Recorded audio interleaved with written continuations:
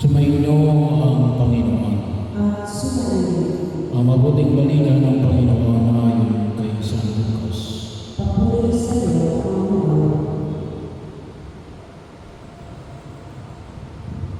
Noong panahon umakyat si Jesus sa bundok upang manalangin, isinama niya sina Pedro, Juan at Santiago. Samantalang siya nananalangin, nagbago ng anyo ang kanyang mukha. Nagningning ang kanyang kasuotan na naging puting-puti. Di kaminsan-minsan lumitaw ang dalawang lalaki, ama, sina Moises at Elias, na nagpakitang may kanilingan at nakipag-usap sa kanya.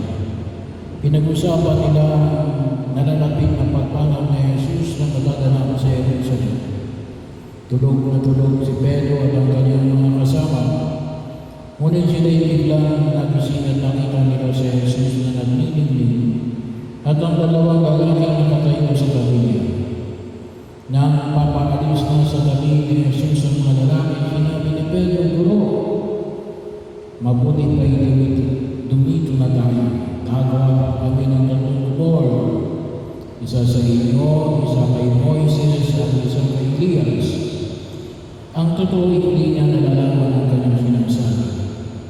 Nagsalita pa siya na matakpan sila ng isang ulat at sila natakot at may isang tinig mula sa kapahal na nagsabi, ito ang aming